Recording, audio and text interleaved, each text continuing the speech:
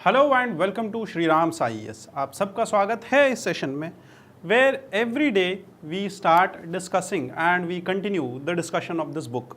इस बुक को हमारा ऑब्जेक्टिव है पेज टू पेज कवर करना, ताकि हमारा इकॉनमी इतना स्ट्रांग हो जाए कि चाहे 2026 जैसा पेपर आए या 2025 के मेंस के क्वेश्चन आए या फिर प्रीलिम्स के क्वेश्चन आए, जिस लेवल का भी पेपर आए हमसे सॉल्व हो जाए। इकॉनमी एक ऐसा सब्जेक्ट है कि अगर आपने कमांड ले लिया इकॉनमी के सब्जेक्ट के ऊपर, पॉलिटी जैसा धोखा नहीं देगा और हिस्ट्री के जैसा अनप्रेडिक्टेबल नहीं है। इकॉनमी के कॉन्सेप्ट्स हैं बहुत सिंपल कॉन्सेप्ट्स, अगर इनको समझ जाए इंसान, एक बार समझ जाए तो बार बार रिवीजन की भी ज़रूरत नहीं है। क्यों? क्योंकि कॉन्सेप्चुअल सब्जेक्ट है। कॉन्सेप्ट एक बार इंसान को समझ में आ गया तो उसके बाद ज़्यादा दिक्कत होती नहीं है रिकॉल करने में। ठीक है, हाँ, ये फैक्चुअल नहीं है। क्यों? क्योंकि फैक्ट हमें बस कुछ ही याद रखने पड़ते हैं जो कि इकोनॉमिक सर्वे में आते हैं, और वो फैक्ट्स हम याद करके those two which are at national level, वो इसलिए याद करने पड़ते हैं क्योंकि हमें मीन्स के आंसर्स में वो लिखने हैं। Very simple. केस स्टडीज उतनी ज़्यादा याद नहीं करनी है, थिंकर्स उतने ज़्यादा याद नहीं करने हैं, बस समझना है कि सब्जेक्ट का इवोल्यूशन कैसे हुआ, सब्जेक्ट बना कैसे, सब्जेक्ट में क्या क्या चीज़ें हैं। बस एक बार समझ में आ जाए तो उसके बाद काम आसान हो जाता है। आज का हमारा टॉपिक रहेगा जीडीपी और GNP, difference between the two, why GDP why GNP, दोनों में से बेटर कौन सा है, दोनों की डिफरेंस क्या है और क्यों हम कैलकुलेट करते हैं जीडीपी और जीएनपी, रीजन क्या है। कल हमने जीडीपी का थोड़ा सा डिस्कशन किया था 15 मिनट का, आज हम जीडीपी और जीएनपी दोनों को ही डिस्कस करने वाले हैं and we will conclude with this national income accounting. But yes, remember, हम आज दो ही कॉन्सेप्ट पढ़ेंगे। It will be a 30 minute session, particularly इसलिए क्योंकि हमें बस दो कॉन्सेप्ट्स पढ़ने हैं, जीडीपी एंड जीएनपी ओनली। उसके बाद हम आगे बढ़ के कल जब नेशनल इनकम अकाउंटिंग पढ़ेंगे, देन वी विल अंडरस्टैंड कि जीडीपी, जीएनपी और नेशनल इनकम में डिफरेंस क्या है। And tomorrow we will see that GVA का क्या डिफरेंस है और जीवीए का क्या सिग्निफिकेंस है, gross value addition. And also we will come to the conclusion कि नेशनल इनकम से पर्सनल इनकम तक कैसे पहुंचा जाए, कौन कौन सा एक्सपेंडिचर इसमें से माइनस करना होता है, कौन कौन सा एक्सपेंडिचर इसमें ऐड करना होता है, टैक्सेस ऐड होंगे या सब्ट्रैक्ट होंगे, डिस्पोजेबल इनकम और पर्सनल इनकम के बीच में डिफरेंस क्या है। ये सारे I would say we call them statistical tools है, ताकि हमें डेटा मिल सके, ताकि हम एग्जैक्टली इकोनॉमी को मेजर कर सके। क्यों? याद है द ग्रेट डिप्रेशन 1929 1930, उस टाइम पे ही बर्थ हुआ था मैक्रो इकोनॉमिक्स का। रीजन क्या था कि हम इकोनॉमी को दोबारा रिसेशन में ना जाने दे। Do you understand? एक सिंपल सा एनेक्डोट सुनाता हूं मैं। जापान की बात करते हैं 1970s में, 1970s में। ठीक है, अभी एनेक्डोट क्यों बोल रहा हूं, ताकि यूजुअली मैं ऐसे ही स्टार्ट करता हूं और आपके लिए एक एक केस स्टडी लेके आता हूं ताकि आप ये समझ सको और इन केस स्टडीज को यूज कर सको कल को मेंस के एग्जाम में। देखो, जापान 1970s में there was a time period, 1970s का टाइम पीरियड, व्हेन जापान का growth rate was around 20%। It was around 20%। कितना था ग्रोथ रेट? 20%। बट अचानक से ऐसा क्या हुआ कि जापान का ग्रोथ रेट 70s में ही, 70s के बाद ही next year it fell to 4% and then next year, और उसके बाद 80s का डेकेड और 90s का decade it was around 1%। Economists से कि अगर जापान ने इस ग्रोथ रेट को मेंटेन किया होता तो बाय द एंड ऑफ 2010 और 2015 Japan would have been 2 times richer than what it is currently. Japan का GDP would have been 2 times than what it is currently. ठीक, यहां तक तो समझ में आता है। दिस इज नॉर्मल ओनली कि अगर हाई ग्रोथ रेट को मेंटेन किया जाए तो शायद नेशनल वेल्थ और आपके नेशन की वेल्थ भी इंक्रीज हो जाएगी। आपके नेशन का जीडीपी इंक्रीज हो रहा है, इनकम इंक्रीज हो रही है, तो this can happen. What happened actually, Japan का ये ग्रोथ रेट डिक्लाइन क्यों कर गया? What is the reason? Economists tried to find out the answer. ठीक है, और अगर आप आज भी देखो तो जापान में रीज़न क्या है, why Japan managed to grow so I would say fast? It was basically the extension of working hours. Economist से कि जापान में काम प्रोडक्शन इतना ज़्यादा हो रहा था, remember that they had 1 additional day off work per week. ठीक है, ऐसे मान लो कि जापान में हर हफ्ते एक एडिशनल डे का काम हो रहा था। मतलब हमारे लिए 7 डेज का वीक होता है या हमारे लिए 5 डेज का वीक होता है वर्किंग आवर्स में। अगर हम वर्किंग वीक की बात करें तो वर्क वीक वॉज अभी तो 5 डेज अ वीक है, और कुछ नेशंस में it is 4 days a week, but it was I would say it seems कि जापान में लोग 8 दिन भी, मतलब हफ्ते में 7 ही दिन होते हैं, बट उनके पास हफ्ते में 8 दिन थे, इतना ज़्यादा काम करते थे। वाई? क्योंकि अगर आपको पता हो, अगर आप अभी भी देखो तो इंडिया में on an average we work around 48 to 58 hours a week. 48 to 58 hours का काम होता है एक वीक में, वर्क आवर्स। ठीक है, एक हफ्ते का काम होता है, बट जापान में it was touching 70 hours a week. ठीक है, सो दैट इज़ वाई। और एक और चीज़, सबसे इंपॉर्टेंट चीज़, जापान में population is ageing very much, और वहाँ पे जो पॉपुलेशन है they are working till the I would say 70s तक काम करते रहते हैं, 75 तक काम करते रहते हैं। ठीक है, क्योंकि लाइफ एक्सपेक्टेंसी अच्छा है। So there are specific factors other than economics, there are health parameters, there are ageing parameters जो हमें देखने हैं। We can not just stick to the growth rate, इसीलिए we are just starting with the parameters. तो first parameter, और इतने सारे statistics और इतने सारे टूल्स मैंने क्यों बताए, ताकि आप ये समझ पाओ that it is not just one thing, it is not just GDP, it is not just GNP, it is not just GVA और personal income, disposable income, taxation rates, tax to GDP ratio. ये बस एक factor नहीं है जो हमें growth बताता है, हमें बहुत सारे फैक्टर्स को कंसिडर करना पड़ता है, और इसीलिए मल्टीप्लिसिटी ऑफ फैक्टर्स है हमारे पास, इसीलिए हमारे पास बहुत सारे टूल्स हैं। क्योंकि अगर हम बस जीडीपी के ऊपर जाएं तो हम एक बहुत ही इंपॉर्टेंट फैक्टर, दैट इज जो हमारी इनकम बाहर से आती है, उसको छोड़ देते हैं। अगर हम बस पर्सनल इनकम पे जाएं और ये देखें कि पर कैपिटा इनकम तो हमारे यहाँ अच्छी खासी है, आई would say it is around $8,000, but फिर भी हमारे यहाँ इतनी इनइक्वालिटी क्यों है? क्योंकि वो per capita income gross per capita income है। ठीक है, हर एक के जेब में उतना पैसा नहीं आ रहा है। Do you understand? It is more than 1 lakh. ठीक है, हर एक के जेब में उतना पैसा नहीं आ रहा है अगर आप देखें तो। इसीलिए हमें बहुत सारे पैरामीटर्स लेने पड़ते हैं ताकि हम कम से कम नियर टू एक्यूरेट और नियर टू एग्जैक्ट इनपुट्स दे सके इकोनॉमी में, ताकि इकोनॉमी में चेंज ला सके। अंडरस्टूड? चलो let's understand the concept of GDP. ठीक है, बहुत ही सिंपल सा कॉन्सेप्ट है। ये हमारा प्यारा भारत है, और इस भारत के हम इकोनॉमी की बात करें तो सबसे पहला कॉन्सेप्ट हमें पता होना चाहिए दैट इकोनॉमिक बाउंड्रीज क्या है हमारे नेशन की।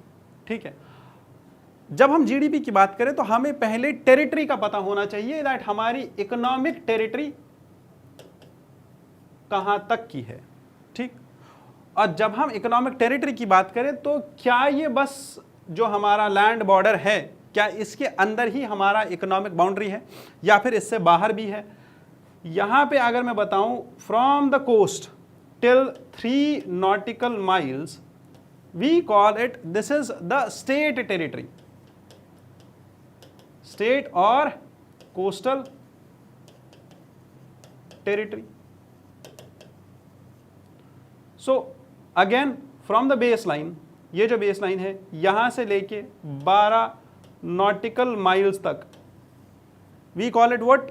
Territorial sea. फ्रॉम दिस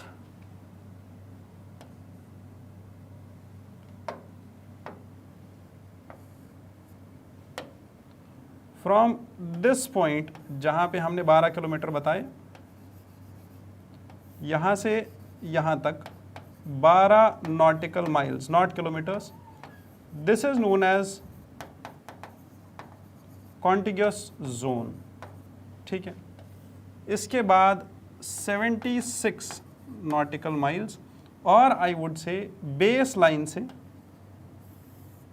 बराबर 200 नॉटिकल माइल्स तक it is known as exclusive economic zone. And इसके बाद जो एरिया होता है उसको हम क्या बोलते हैं, हाई सीज। ठीक है, high seas. Do you understand why do we classify this? और ये क्लासिफिकेशन दिया किसने है? ये क्लासिफिकेशन दिया है United Nations Convention on the laws of sea, अनक्लॉज।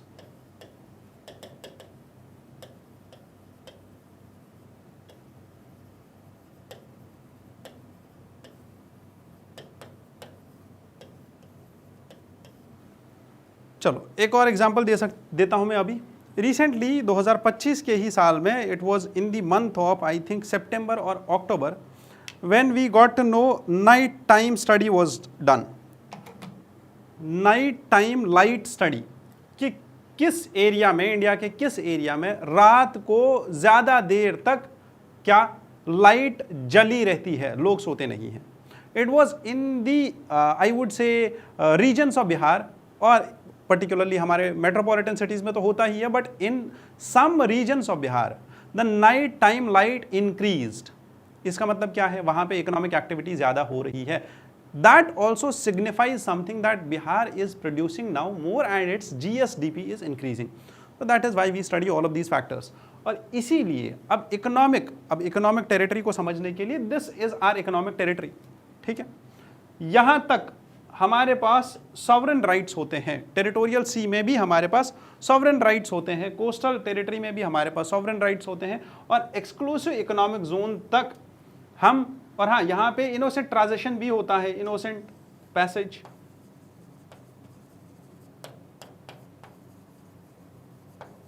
ठीक है, इनोसेंट पैसेज। एंड इवन हमारी कहीं पे भी जो टेरिटरी है, यहाँ पे अंडमान एंड निकोबार, ठीक है, यहाँ पे भी ये एक्सक्लूसिव इकोनॉमिक जोन का India can claim this exclusive economic zone. And that is why if you see most of the islands, remember this, most of the islands in the world are disputed. क्यों? Andaman and Nicobar तो नहीं है, but China, South China Sea में बहुत सारे islands जो है वो डिस्प्यूटेड है। क्यों? क्योंकि एक कंट्री बोलती है मेरा आइलैंड है, अगर उसका आइलैंड उस एक पर्टिकुलर एरिया में है, से यहाँ पे किसी कंट्री का आइलैंड है, now this country has a larger zone known as exclusive economic zone, जहाँ पे इस कंट्री के इकोनॉमिक राइट्स ये आराम से एक्सरसाइज कर सकता है। ये यहाँ पे सी फ्लोर आई वुड से रिसर्च कर सकता है, माइनिंग कर सकता है, और बहुत सारी चीज़ें कर सकता है। Do you understand? ये बात हो गई इन दी वाटर्स। जो हमारा लैंड है उस पे तो हमारे सॉवरेन राइट्स है, बट इन दी एयर अगर आप हवा की बात करें, स्पेस की बात करें, तो it is up to 12 nautical miles. हाँ, it is up to first 12 nautical miles, we call it national airspace, and up to and beyond this 12 nautical miles, beyond the 12 nautical miles in the space, it is international airspace. ठीक है, understood, समझ में आ गई बात। चलो next, अगर economic territory की बात समझ में आ गई है तो इसका मतलब ये है इस एरिया में अगर कहीं पे भी प्रोडक्शन होती है वो प्रोडक्शन हमारी जीडीपी में कैलकुलेट होगी। सिंपल। बट ये प्रोडक्शन कौन करेगा? ठीक है, ये प्रोडक्शन इस एरिया में कौन करेगा? That is the point. So therefore we need to understand the concept of, I would say, economy में we usually differentiate between residents, normally called as normal residents, and citizens. ठीक है, now see, economy में you must also remember, जब भी आप किसी business entity की बात करते हैं,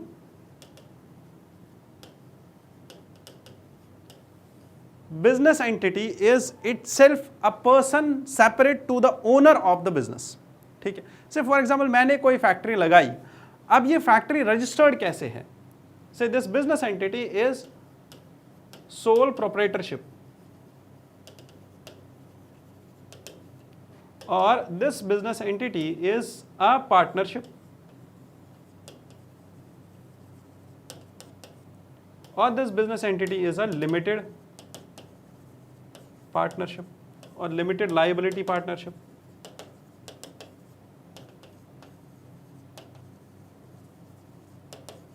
ठीक है, और this business entity can be a company also.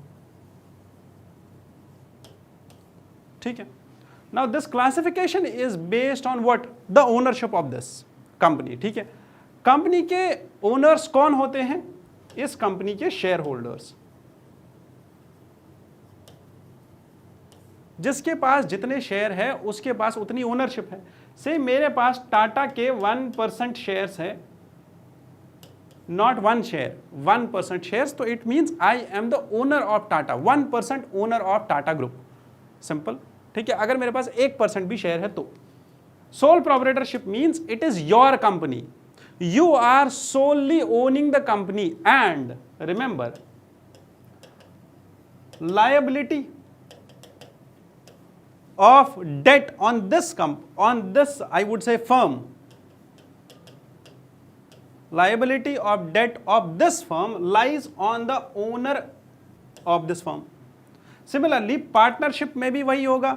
अगर आप 3 पार्टनर्स हो, 3 partners in the ratio of 20:30:50, ठीक है, पार्टनर ए का शेयर 20 है, बी का शेयर 30 है और सी का शेयर 50 है, तो आपकी जो लायबिलिटी होगी, जो आपने कर्जा लिया होगा, लोन लिया होगा, कल को अगर ये फर्म बैंकरप्ट हो जाती है, अगर आपकी फर्म प्रॉफिट नहीं कमाती है, अगर आप अपने कर्जदारों को पैसा वापस नहीं दे पाते हैं, तो आपसे ये आपकी अपनी पर्सनल प्रॉपर्टी को बेच के या जो आपने मॉर्गेज दिया होगा उस टाइम पे, वहां से रिकवर किया जाएगा in this ratio.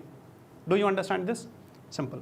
Limited liability partnership is again it is the same partnership only, but it has limited liability, कि आप कुछ हद तक ओनर के पर्सनल प्रॉपर्टी से रिकवर कर सकते हो, बट सारी प्रॉपर्टी नहीं ले सकते। कंपनी में there is no personal liability. ठीक है, अगर कल को टाटा डूब भी जाता है और मेरे पास टाटा के 1% शेयर है, तो मुझे मेरे घर आके 1% की प्रॉपर्टी नहीं लेके जाया जाएगा। ठीक है, company is a separate entity and for accounting terms जब हम हिसाब रखते हैं कंपनी के अंदर, तब भी owner is someone separate than the business entity. ठीक है, चाहे वो कोई भी एंटिटी हो, कंपनी में तो है ही, बट जितनी भी एंटिटीज है, अकाउंटिंग टर्मिनोलॉजी के लिए, अकाउंटिंग पर्पस के लिए, the firm is a separate entity and the owner is a separate entity. But जब आप लिक्विडेशन की बात करो, तो लिक्विडेशन में these 3 things are different and this is treated differently. Do you understand this? Clear है बात? चलो, अब ये मैंने क्यों बोला, क्योंकि आप समझो इस चीज को। नॉर्मल रेसिडेंट कौन होता है? ठीक है, this can be N Indian. ठीक है, this can be an Indian. Can it be a foreigner? नहीं, it can be a foreign company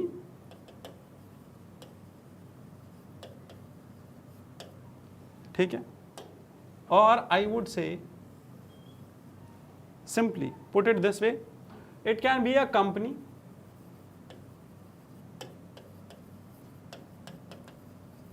registered in India।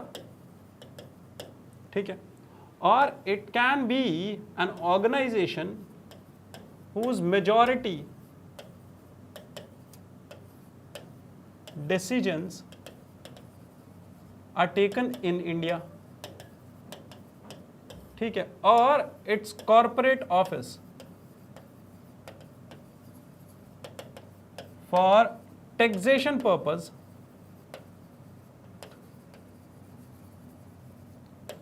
is located in India। ठीक है, do you understand this? Simple. Now coming to citizens, ये कौन से citizens है? These are Indians, ठीक, but they are say not in India or Indians in India। ठीक है, Indians in India और इंडियंस आउटसाइड इंडिया, और Indian companies which are located outside India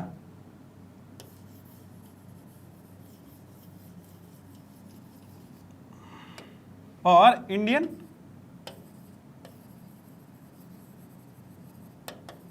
companies in India और out of India. ठीक है, do you understand this? Now say one thing very simple, मेरी company है, यहीं पे काम करते हैं हम लोग क्या करते हैं, हम ये शर्ट्स बनाते हैं, सिंपल। ये कहाँ कैलकुलेट होगा, ये जीडीपी में कैलकुलेट होगा या जीएनपी में? ये जीडीपी और जीएनपी दोनों में कैलकुलेट होगा। ठीक है, क्योंकि ये मैं इंडियन हूँ, मैं यहाँ पे काम कर रहा हूँ, मेरा सारा फाइनेंशियल ट्रांजैक्शंस यहाँ पे हो रहा है, मेरे सारे इकोनॉमिक डिसीजंस यहाँ पे लिए जा रहे हैं, मैं एक इंडियन हूँ जो अपनी इनकम यहाँ पे जनरेट कर रहा है। ठीक है, simple. Now coming to the condition 2, there is a person B standing over here, person B standing over here. Now this person belongs to USA, he came to India और इन्होंने यहाँ पे एक फैक्ट्री लगाई। ये फैक्ट्री से for example ये pen बनाती है, रेड कलर के पेन, पायलट। ठीक है, इंडिया में फैक्ट्री लगाई है। Now tell me, this will be a part of our GDP? Yes. Will it be a part of our GNP? No. ठीक है, because this person is not an Indian. ठीक है, although his company is registered in India, this company is part of India's GDP, not GNP. Do you understand this? Say there is one more person standing over hair. ठीक है, ये इस person का नाम है, say for example his name is Ramesh. ठीक है, रमेश ने बोला मैं यहाँ पे तो काम नहीं कर रहा इंडिया में, यहाँ पे रूल्स बहुत ज़्यादा डिफ़िकल्ट है, सख्त है, तो मैं यहाँ से जाके आयरलैंड में कंपनी एस्टैब्लिश करता हूँ।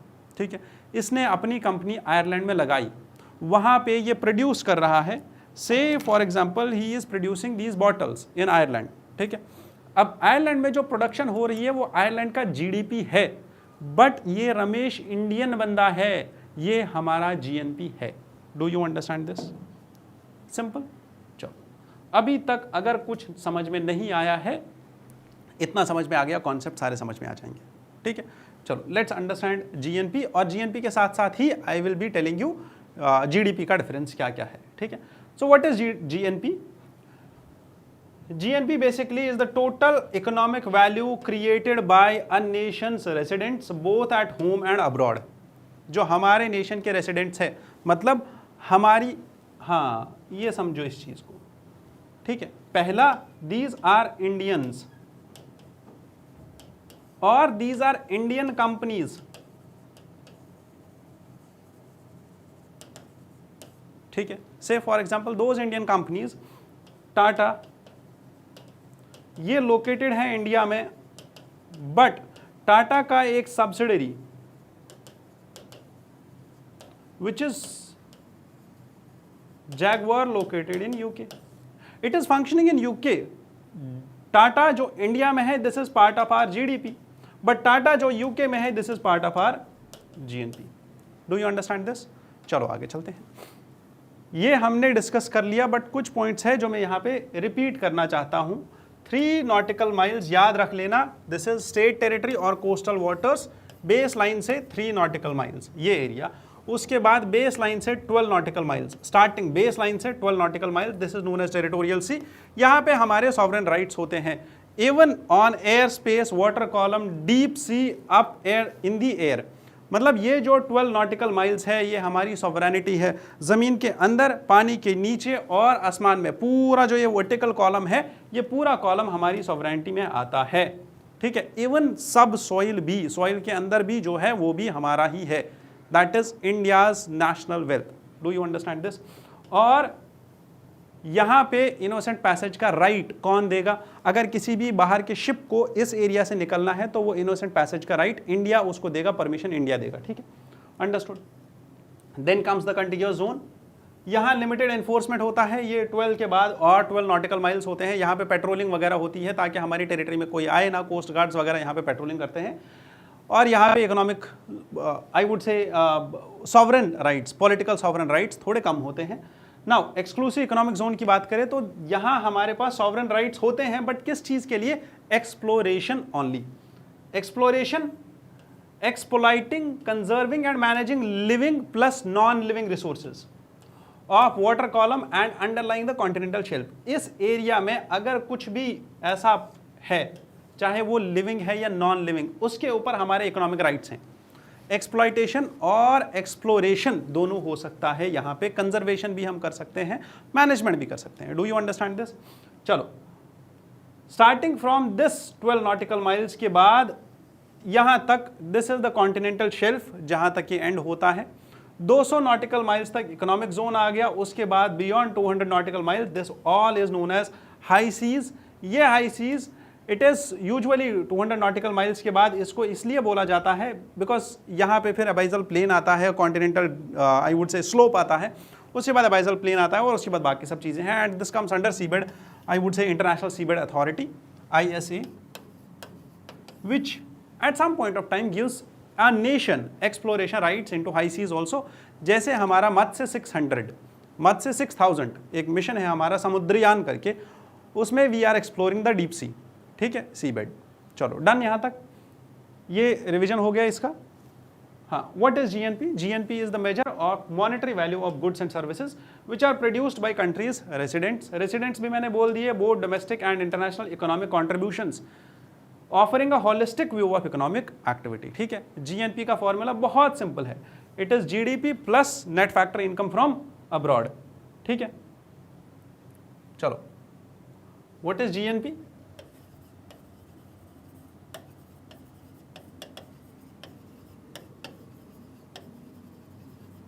ग्रॉस नेशनल प्रोडक्ट, हाँ, GDP प्लस नेट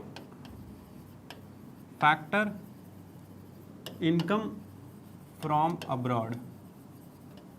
अब इसका क्या मतलब होता है? This is income generated by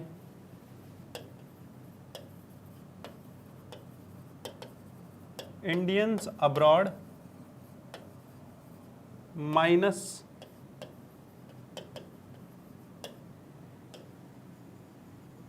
income generated by foreigners from India, ठीक है। जो हमारी नेट फैक्टर इनकम है, नेट इनकम जो हमने बाहर से कमाई है, वो इनकम प्लस GDP। तो इसीलिए मैंने बोला था मेरी income personally, this will be calculated in GDP also and GNP also. Do you understand? That is why GDP plus net factor income from abroad equals to GNP, ठीक है। तो already मैं GDP का पार्ट था, GNP में भी मेरी calculation होगी। Do you understand this? चलो ठीक है यहाँ तक। Next, GNP includes income from the citizens abroad, foreign investments जो बाहर से इन्वेस्टमेंट हमारे यहाँ आती है, इंटरनेशनल बिजनेसेस जो MNCs हमारे यहाँ काम करती है। It excludes the foreign nationals domestic income, जो बाहर के अंग्रेज यहाँ पे आके या कोई भी बाहर का, अफ्रीका से, US से, UK से, जापान से, साउथ कोरिया से, कहीं से भी कोई भी इंसान यहाँ पे अर्निंग करता है, यहाँ आके इन्वेस्टमेंट करता है, यहाँ पे रहता है, और आई वुड से जो डोमेस्टिक इनकम जनरेट करते हैं वो यहाँ पे, that is excluded. Non resident earnings, वो लोग जो यहाँ रहते ही नहीं है और वो चीज़ कमाते हैं, वो पैसा कमाते हैं, जो यहाँ नहीं रहते हैं उनकी इनकम जो है एक्सक्लूड की जाती है यहाँ से। GNP का कैलकुलेशन बहुत सिंपल है, जैसे हमने GDP कैलकुलेट किया था, C plus I plus G plus export minus import, ठीक है। This was GDP through expenditure method. इसी में हम ऐड करेंगे क्या? Net factor income from abroad, ठीक है, प्लस NFI इसको बोलते हैं असल में, net factor income from abroad. Understood? चलो, वाई GNP मैटर्स, क्यों हमें GNP कैलकुलेट करना है? कुछ स्लाइड्स इसमें ऐसी है हमारी PPT में जो कि यूजुअली आपको हर एक टेक्स्ट बुक में नहीं मिलेंगी, यूजुअली बहुत ही कम टेक्स्ट बुक्स, आई गेस 1 या 2 टेक्स्ट बुक्स में मिल जाएंगी, क्योंकि पर्पज़ ये है कि मेंस में क्वेश्चन आया है, अभी रिसेंटली क्वेश्चन आया है नेशनल इनकम अकाउंटिंग पे, इस साल फिर नेशनल इनकम अकाउंटिंग का आई वुड से टॉपिक छिड़ा है, GDP का बेस ईयर रिवाइज हुआ है, 2022-23 बेस ईयर है, तो इसलिए हो सकता है मेंस में क्वेश्चन आ सकता है, या तो 2026 में या तो 2027 में हो सकता है ऐसा। तो आपके लिए इट इज़ बेनिफिशियल दैट अगर आपके पास कुछ थेरेटिकल पॉइंट्स हो। First of all, it gives us a comprehensive assessment, it captures both domestic and international economic activity of a nation, so therefore it gives us a broader perspective than GDP. Trade relations, It gives us positive net income from abroad, which indicates that how much citizens are earning from abroad.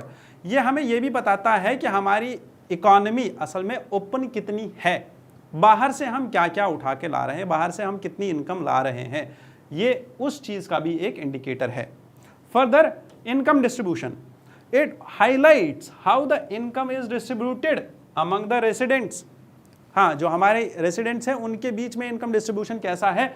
Enabling the policy makers to address disparities. इसीलिए मैंने बोला था statistical tool हम इसलिए बनाते हैं ताकि policy correct हो जाए.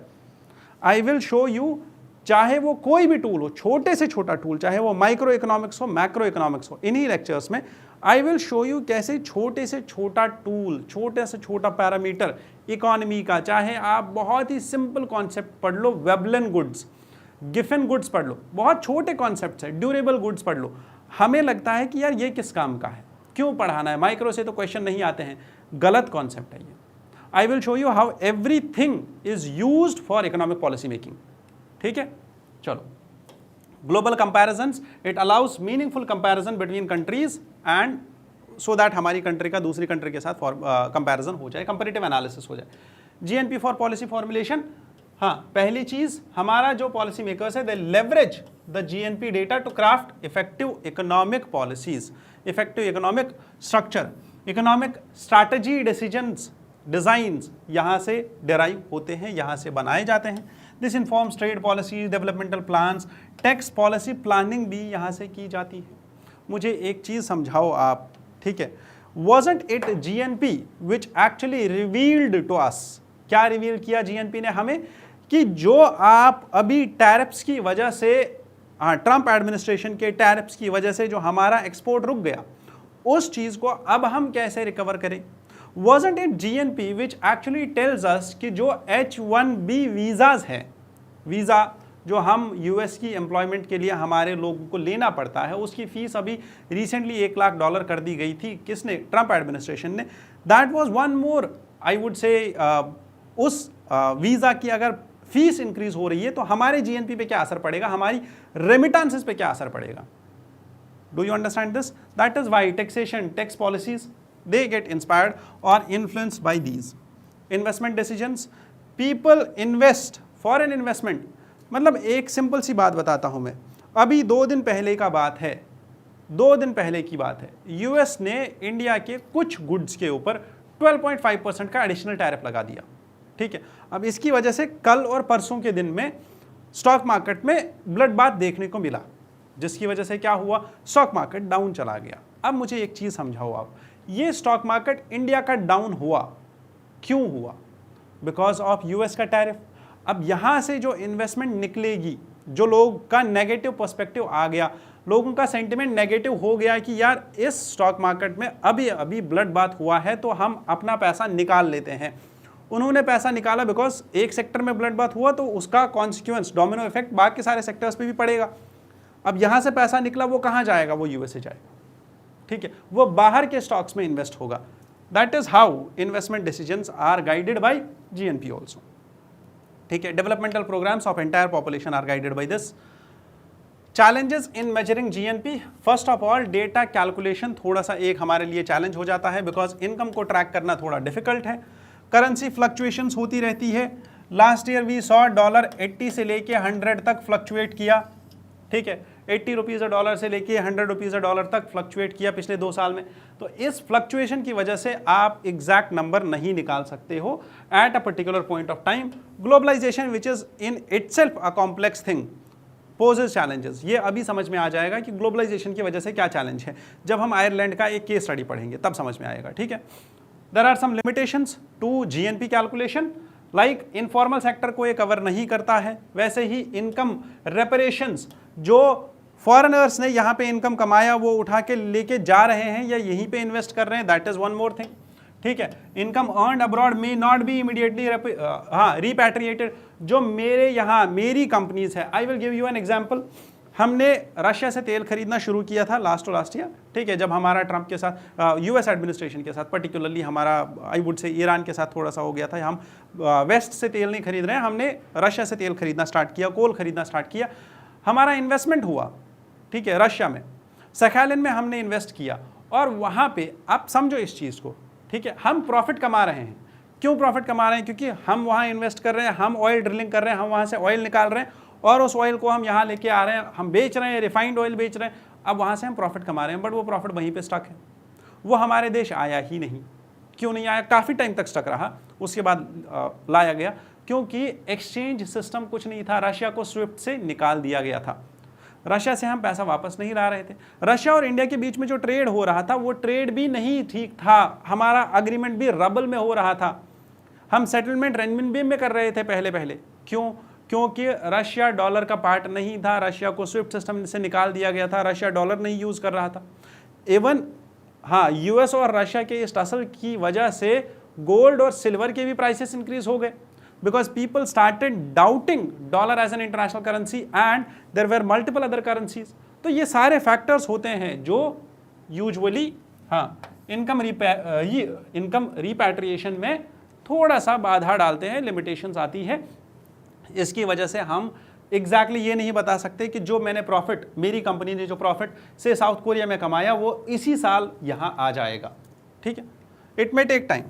Structural changes, because industry technology change होती जा रही है, नई टेक्नोलॉजीज आ रही है, एआई आ रहा है, उसकी वजह से भी हाँ यूएसए में अलग टेक्नोलॉजी है, यहाँ पे अलग टेक्नोलॉजी है, सो इट मैटर्स, ठीक है। External debt impacts, international financial obligations and financial investments can distort GDP figures और GNP figures, particularly not GDP but GNP.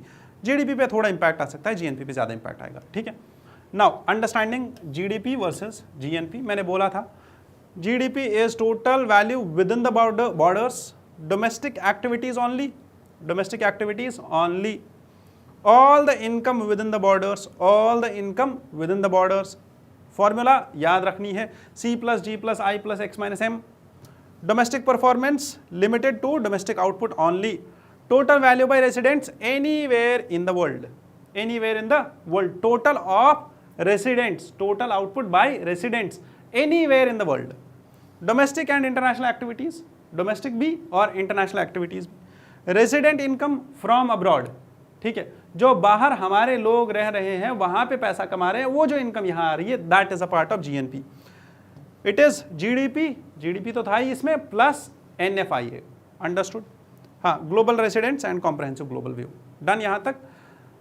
एक सिंपल सी एग्जांपल लेते हैं, real world examples, high GNP which is related to GDP, countries with many citizens working abroad such as India, हमारा देश जहां पे बहुत सारे सिटीजन्स बाहर काम करते हैं, they experience significant positive net income from abroad. तो हमारे यहाँ बाहर से ज़्यादा पैसा आता है, इवन रेमिटेंसेस में भी हम यूजुअली टॉप पे ही रहते हैं, जहाँ से हमें रेमिटेंसेस आती है, बहुत सारी जगहों से आती है, मॉरिशस और सिंगापुर से ज़्यादा आती है, ठीक है। High GDP relative to GNP, वो कंट्रीज जो मल्टीनेशनल कंपनीज को होस्ट करती है। कौन सी कंट्रीज होस्ट करती है एमएनसीज को? से countries like China, countries like Japan, countries like Ireland.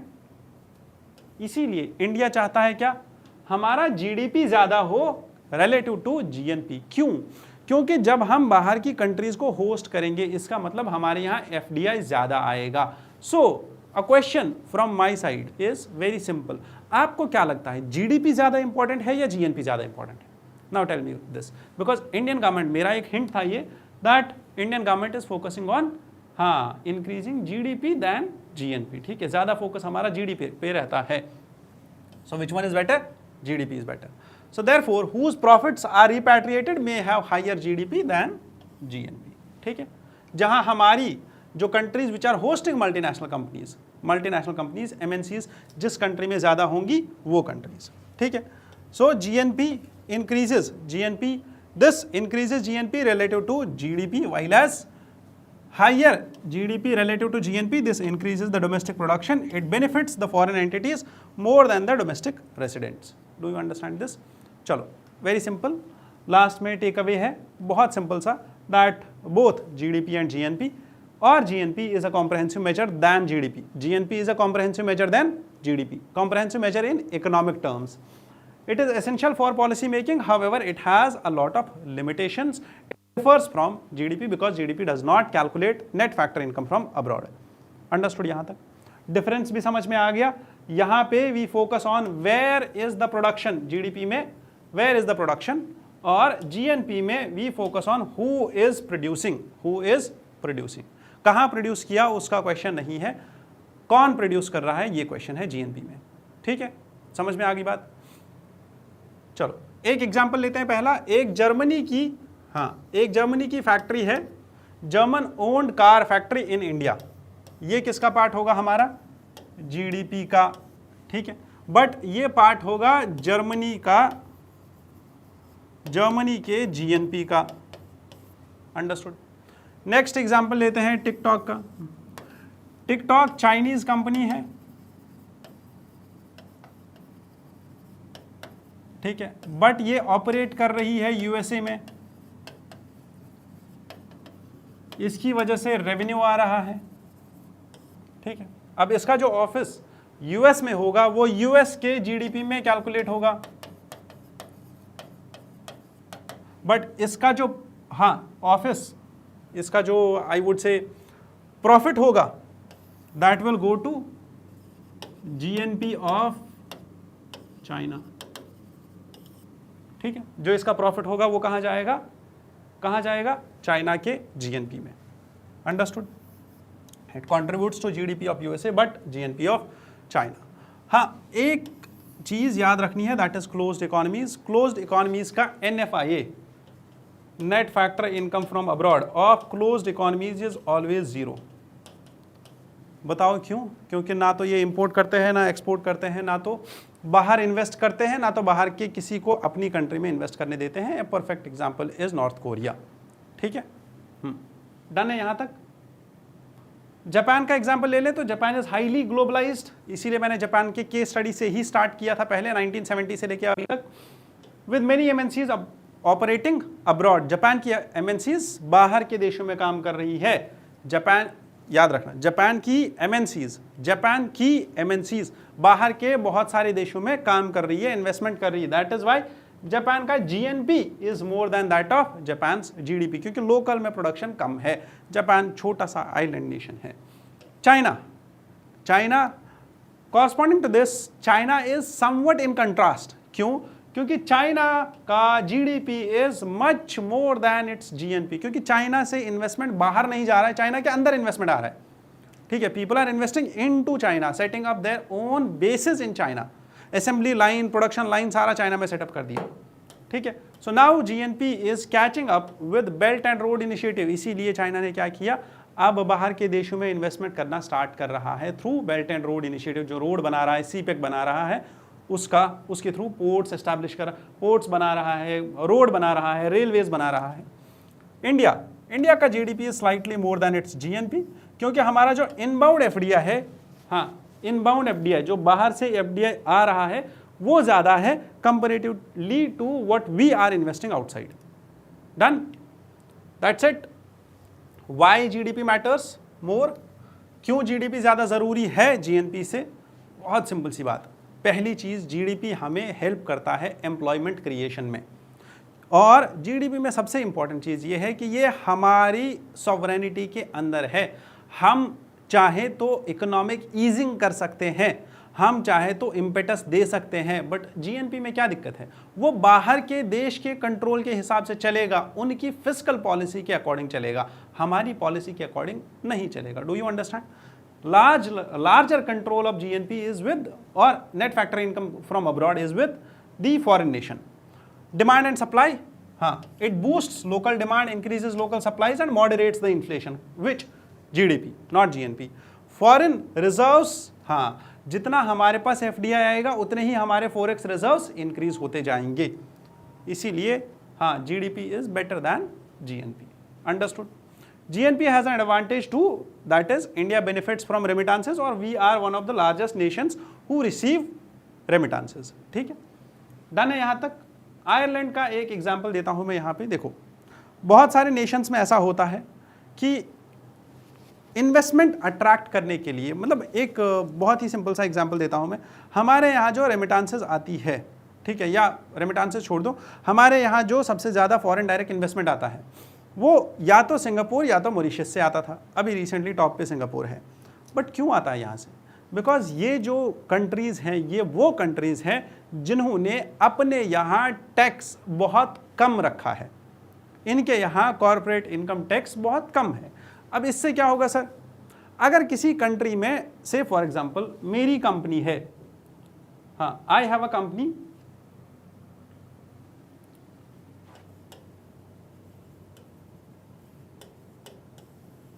अब मुझे ये इन्वेस्टमेंट 100 करोड़ रुपीस का इन्वेस्टमेंट करना है, I have to take a decision to invest this money. मेरे पास 3 ऑप्शंस है, या तो मैं सिंगापुर जाऊं, या तो मैं इंडिया आऊं, या तो मैं चाइना जाऊं। ठीक है, ये जो कंपनी ए है ये यूएसए की कंपनी है। ठीक, बहुत सिंपल सी बात।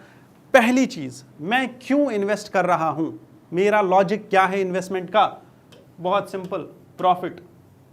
मुझे प्रॉफिट कमाना है। कितना कमाना है, जितना ज्यादा हो सके उतना ज्यादा, जितना ज्यादा कमा सकता हूं उतना ज्यादा कमाऊंगा, because I am a producer, I am driven by the benefits of profit only. मेरे सारे डिसीजंस प्रॉफिट मोटिवेटेड होते हैं, वेरी सिंपल। ठीक है, that is how businesses work, that is how entrepreneurs work, that is how we work actually. इसीलिए business होता है profit के लिए, simple. Now understand one thing, अगर मेरी कंपनी ने प्रॉफिट कमाया से फॉर एग्जांपल 10 लाख रुपीस का, ये इकोनॉमिक डिसीजन पहले ही लेना पड़ता है। ठीक है, बाद में नहीं सर जब प्रॉफिट होगा तब डिसाइड करेंगे, नहीं, अभी पहले इन्वेस्टमेंट करने से पहले 10 लाख रुपए का प्रॉफिट कमाया। अब क्या हो रहा है, मैं अगर सिंगापुर में हूं तो मुझे 4% टैक्स देना पड़ रहा है, इंडिया में हूं तो मुझे 30% टैक्स देना पड़ रहा है, चाइना में हूं तो मेरा 20% टैक्स देना पड़ रहा है। ठीक है, अब मुझे बताओ मैं कहाँ इन्वेस्टमेंट करूंगा, स्टार्टिंग में ही, where will I invest more, कहाँ पे मैं जाऊंगा फैक्ट्री लगाने, I will directly go to Singapore, I will choose this place, क्योंकि यहाँ पे टैक्सेशन बहुत कम है, 4% टैक्स देना है प्रॉफिट का, this will maximize my profit. Otherwise मुझे तो प्रॉफिट का 30% इंडियन गवर्नमेंट को देना पड़ेगा, 20% चाइनीज गवर्नमेंट को देना पड़ेगा। बट प्रॉब्लम यह है सिंगापुर में मार्केट नहीं है, वहाँ पे डोमेस्टिक इकोनॉमी में डिमांड नहीं है, इसीलिए ये ए क्या करेगा काम, this company A will take its 100 CR and invest in Singapore. यहाँ पे ये एक कंपनी बनाएगा, कंपनी का नाम होगा एक्स। ठीक है, इस कंपनी का डायरेक्टर होगा मिस्टर एक्स। ठीक है, अब ये company x company this will invest into India. ठीक, समझ में आ गई बात। ये इंडिया के साथ ट्रेड करेगा, इसकी सब्सिडरी इंडिया में होगी, और ये जो सब्सिडरी इंडिया में है इसका नाम होगा वाई। वाई ने अगर प्रॉफिट कमा भी लिया तो ये बोला जाएगा कि ये वाई का प्रॉफिट नहीं है, ये एक्स का प्रॉफिट है। हम टैक्सेशन सारा अपना कहाँ पे देंगे, सिंगापुर में। हम इंडिया में टैक्स नहीं देंगे क्योंकि हमने इंडिया में कोई प्रॉफिट नहीं कमाया। Why is not earning any profit, no profit, profit is all shifted to X, all the profit is shifted to profit shifting, इसको बोलते हैं base erosion and profit shifting. ठीक है, BEPS, ये पढ़ेंगे हम कॉन्सेप्ट थोड़े देर बाद टैक्सेशन में। अभी बस इतना समझना है दैट ये कंट्रीज जो है अब सेलेक्ट करती है, ये कंपनीज MNCs सेलेक्ट करती है location of investment based on the taxation policies of that government. Understood, that is why Ireland is also one of such examples, जहां पे आयरलैंड का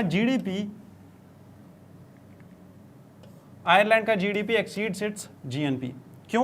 क्योंकि बहुत सारी कंट्रीज है which are tech companies, pharma companies, they establish themselves first in Ireland and then they are because they have low corporate taxes in Ireland, और वो profit book करती है ग्लोबली बट टैक्स देती है कहाँ पे, आयरलैंड में। इसीलिए आयरलैंड को टैक्स हेवन बोला जाता है।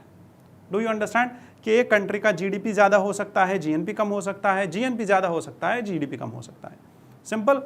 चलो, अप्रोचेस टू एस्टिमेट GDP ये हमने कल भी डिस्कस किए थे, आउटपुट अप्रोच और I would say product approach और value added method of calculation, expenditure approach और एक्सपेंडिचर मेथड, और इनकम अप्रोच और इनकम मेथड। यहाँ पे हम सारी इनकम कैलकुलेट करते हैं, दैट इज रेंट, हाँ, rent plus wages plus interest plus profit, जितना भी अर्न किया है फैक्टर इनकम्स सारी को ऐड करेंगे तो that will give us income approach. Value addition और output method will give us the value added. Expenditure method, किसने कितना एक्सपेंडिचर किया, प्राइवेट फाइनल कंजप्शन कितना है, गवर्नमेंट फाइनल कंजप्शन कितना है, और नेट कैपिटल क्रिएशन कितना हुआ है, ग्रॉस फिक्स्ड कैपिटल क्रिएशन कितना हुआ है, वो भी यहाँ पे होगा। और नेट एक्सपोर्ट्स का मतलब है एक्सपोर्ट्स माइनस इंपोर्ट्स। ये हमने कल भी डिस्कस किया हुआ है, कोई दिक्कत नहीं, दोबारा एक और बार डिस्कस होगा। एक और टर्म हमने पढ़ी थी, fixed these final goods are calculated. Final good और इंटरमीडिएट गुड का डिफरेंस सिंपल है कि ये रिमोट अगर मेरी कंपनी बना रही है तो इस रिमोट के बहुत सारे पार्ट्स हैं। से ये प्लास्टिक की बॉडी है, स्क्रूज लगे हुए हैं 2, एक बैटरी लगी हुई है अंदर, और ये प्लास्टिक के बटन्स हैं, और ये लाइट है LED। ना मेरी जो कंपनी है वो ये सारी चीज़ें 4 कंपनी से खरीदती है। एक कंपनी से स्क्रूज खरीदती है, एक कंपनी से प्लास्टिक की बॉडी खरीदती है, एक कंपनी से ये लाइट खरीदती है, और एक कंपनी से ये बटन्स खरीदती है।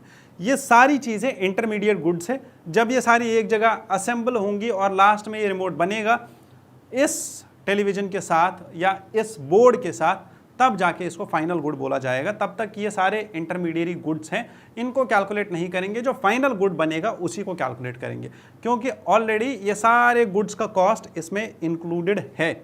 क्योंकि ये रिमोट अगर 100 रुपये का बन रहा है तो इसमें जो स्क्रूज है वो 5 रुपये के होंगे, ये बटन्स 10 रुपये के होंगे या 20 रुपये के होंगे, ये प्लास्टिक बॉडी से 50 रुपये की होगी, ये लाइट 10 रुपये की होगी, और उसके बाद जो इसमें सॉफ्टवेयर डला है वो भी 15-20 रुपये का होगा, और नेट कॉस्टिंग के बाद ये 100 रुपये का बिकेगा। Do you understand? That is why we calculate final goods, not the intermediate goods. Simple. चलो, what is included in GDP and what is excluded from GDP, this is most important slide। ये चीज़ें याद रखनी है। जो नए goods बने हैं वही कैलकुलेट होंगे, जो सेकंड हैंड गुड्स होंगे वो कैलकुलेट नहीं होंगे, क्योंकि नया गुड ही कैलकुलेट होगा जो हमने प्रोडक्शन की है। मैंने क्या बोला था? GDP, gross domestic product, income और growth. Growth is synonymous to what? Production. जब प्रोडक्शन होगी तभी कैलकुलेट होगा, प्रोडक्शन नहीं होगी कैलकुलेशन नहीं होगा। ठीक है, सेकंड हैंड गुड का प्रोडक्शन नहीं होता है। आप लैंड सेल करते हो, एक का लैंड उठा के दूसरे को दे दिया, बेच रहे हो, जमीन बेच रहे हो, जमीन प्रोड्यूस नहीं हो रही है, बिकी बेची जा रही है, बस कैलकुलेट नहीं होगा। वैसे बहुत सारी और चीजें हैं, लैंड के ऊपर ब्रोकरेज होगा, प्रॉपर्टी बन रही है, से एक नया बिल्डिंग बन गया, पूरा ऊपर से नीचे तक एक नया बिल्डिंग बन गया, दैट विल बी कैलकुलेटेड। ठीक है, बट एक बिल्डिंग जो बना हुआ है उसको पहले ए ने खरीदा, फिर बी ने खरीदा, सी ने, डी ने, एफ ने, ये कैलकुलेट नहीं होगा। इसमें जो प्रॉफिट कमाया गया बस वो प्रॉफिट कैलकुलेट होगा, जो ब्रोकरेज कमाई गई वो ब्रोकरेज कैलकुलेट होगी। Do you understand? So these are some of the things which you should remember. Done. यहाँ पे हमारा GDP और GNP का I would say discussion over होता है, और इसके बाद हम कल नेशनल इनकम अकाउंटिंग उठाएंगे। नेशनल इनकम अकाउंटिंग का भी हमारा 1 घंटा लग जाएगा, and then we are done with this. ठीक है, nominal and real GDP already हमने डिस्कस कर लिया है। Nominal GDP is on current year prices and real GDP is on constant prices, a price of base year which was selected back then. ठीक है, net domestic product gross minus net equals to gross minus depreciation equals to net.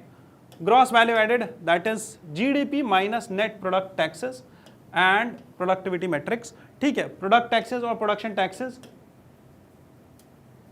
product tax and production tax,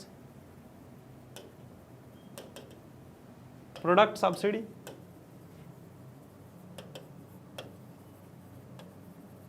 and production subsidy। ये 2 concepts हैं जो मैं पढ़ाऊंगा। Very simple. If this bottle is a good और I would से अ merit good, अगर ये bottle अच्छा गुड है और इससे लोग हेल्दी हो रहे हैं और ये बॉटल में प्रमोट करना चाहता हूँ, तो मैं इसके लिए सब्सिडी दूंगा। 2 तरीके की सब्सिडी हो सकती है। पहला, बॉटल का फैक्ट्री एस्टैब्लिश करने के लिए एक सब्सिडी हो सकती है। दूसरा, पर बॉटल भी सब्सिडी दी जा सकती है। ठीक है, जो पहली सब्सिडी थी दैट इज प्रोडक्शन सब्सिडी, पर bottle subsidy is product subsidy. ठीक है, वैसे ही प्रोडक्शन टैक्स, अगर ये अल्कोहल की बॉटल है तो इस फैक्ट्री को एस्टैब्लिश करने के लिए एक प्रोडक्शन टैक्स लगेगा जो कि लमसम अमाउंट होगा। ये हम डिस्कस करने वाले हैं, that is called as production tax. Per bottle of alcohol is tax, that is known as product tax। ठीक है,